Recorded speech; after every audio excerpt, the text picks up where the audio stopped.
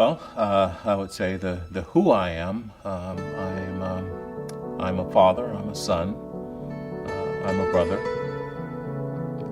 My name is Clarence Jordan.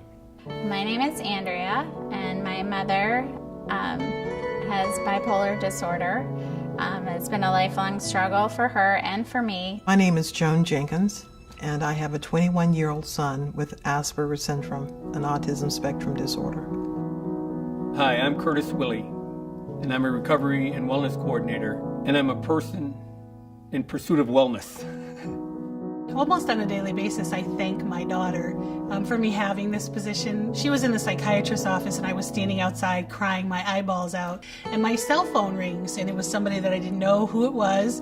And she introduced herself and said that she was an intensive care manager with ValueOptions and wanted to know what they could do to help me. And I'm like, huh? I was kind of freaking out. She introduced me to what a peer specialist could do and try to help me out. And during that phone call, she said, and you know what? We are hiring for exactly your life experience. Honestly, the reason I came to this industry was because it was the only job available in the area in the particular position that I wanted. It wasn't until I was here that I realized this is exactly where I needed to be because of my background. And it was all laid out in perfect, in a way that I could understand. And I got down to the bottom of the ad, and it was value options. And it said, experience needed, lived experience with either substance use or mental illness. And I said, well, I qualify probably on both of those. Then I was waiting for the killer, master's degree and 5 years experience necessary. And when it went to education necessary, it said NA. And I said, this must be a misprint, but this is the job for me. ValueOptions is such a caring company to work for. I know in Connecticut we have an open door policy. It's really nice when you ride up in the elevator with the CEO on your second day and she introduces herself. She's the type that will come and sit with you in the kitchen or sit down in the lunchroom with you just to have a talk. Having this job at ValueOptions has helped me grow as a person and understand my mother, and be able to talk with my siblings that are still struggling with kind of forgiving her and realizing that she could never help her mental illness. I think something happens along the way of this journey that we all are on. Some people call it a spiritual awakening. Some people call it, feeling a charge or calling to do this kind of work. I think certainly with respect to my own personal journey, I soon, very, very early on, felt that it was kind of my responsibility for all that had been given to me to give back. That is to help others, because certainly there were a number of people in my life, both professional and non-professional, that had helped me get to the point that I was.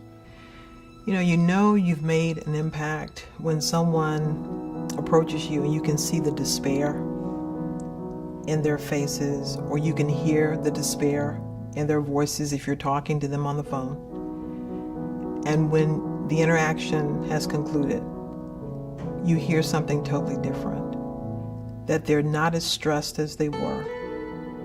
You can actually hear the hope. You can hear, you know what? I can hang on a little longer. You know what?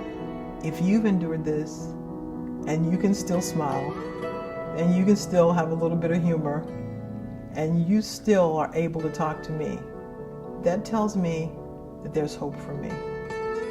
I'm not a cure, but I'm a step along the way where that's what these phone calls are. How hard is that? Be yourself. Be yourself. There's a lot to learn for all of us.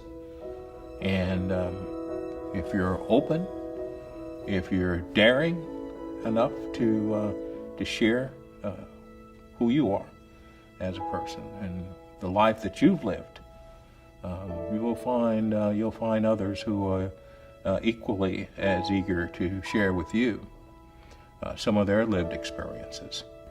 My advice for a brand new call center employee is to know in your heart that you have a fantastic job. You have a job that can make an unbelievable difference in the lives of so many people. Every time that phone rings, when you answer that phone, answer it knowing that you are about to make a difference in someone's life. And how you choose to talk to that person, how you choose to interact with that person, the words you say to them, how you encourage them, the hope you give them, can change their lives for the better. I would tell them just to be honest and not to hide anything.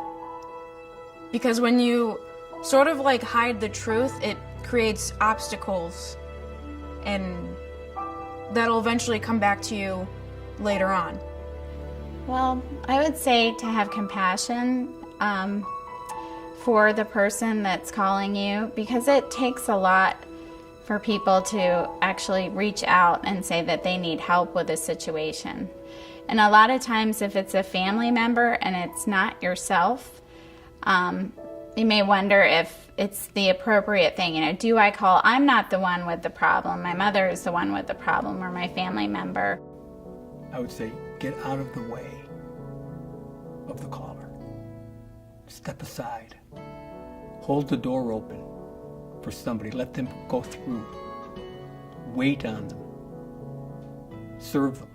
If you're into helping people, and a lot of us say that, we want to help people.